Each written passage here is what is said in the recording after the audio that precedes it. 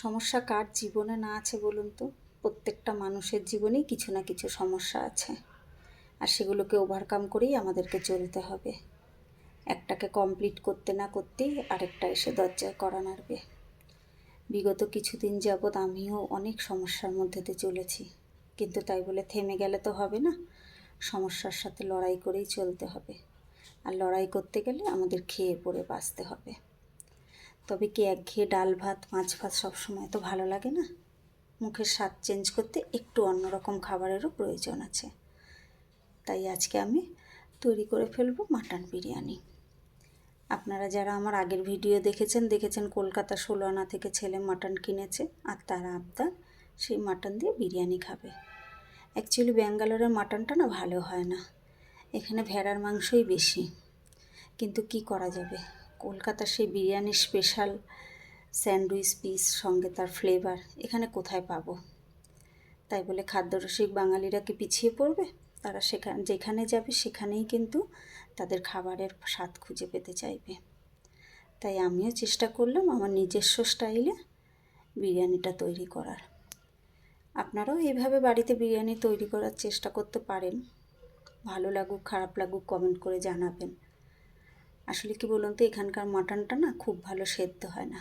কলকাতায় 100 গ্রাম কি তার বেশি পরিমাপের মাটনও বেশ নরম তুলতুলে হয়ে যায়। এখানে এই ছোটো ছোটো পিসগুলোও আমাকে 10-12টা সিটি দিতে হয়েছে, কিন্তু কিছু করার নেই। খাওয়ার তোর জন্য মন যখন চেয়েছে তখন খেতে তো হবেই। তাই এটা দিয়েই চেষ্টা করে ফেললাম। তো দেখুন মোটামুটি কিন্তু আমি কমপ্লিট করে ফেলেছি। ছেলে কিন্তু মাঝে মাঝে জিজ্ঞেস করছে মা কত দূর।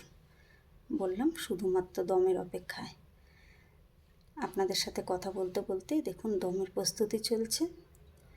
বিরিয়ানিটা রেডি করে নিয়ে, বিরিয়ানির সাথে তো জানেন অবশ্যই একটু স্যালাড আর রায়তারও প্রয়োজন হয়। বিরিয়ানিটাকে দমে বসিয়ে দিয়ে আমি সেটা তৈরি করে নেব।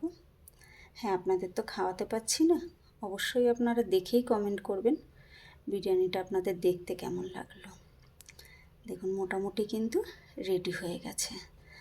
দম দিয়ে নিয়ে আমি খাবারটাকে সার্ভ করে দেবো। আপনারা প্রায় শেষ বিরিয়ানি। এখানে সবই পড়েছে মোটামুটি, ডিম আলু যেটা আমাদের কলকাতার বিরিয়ানিতে থাকে। চলুন দম দিয়ে নিচ্ছি। দমটা দিয়ে দিলাম।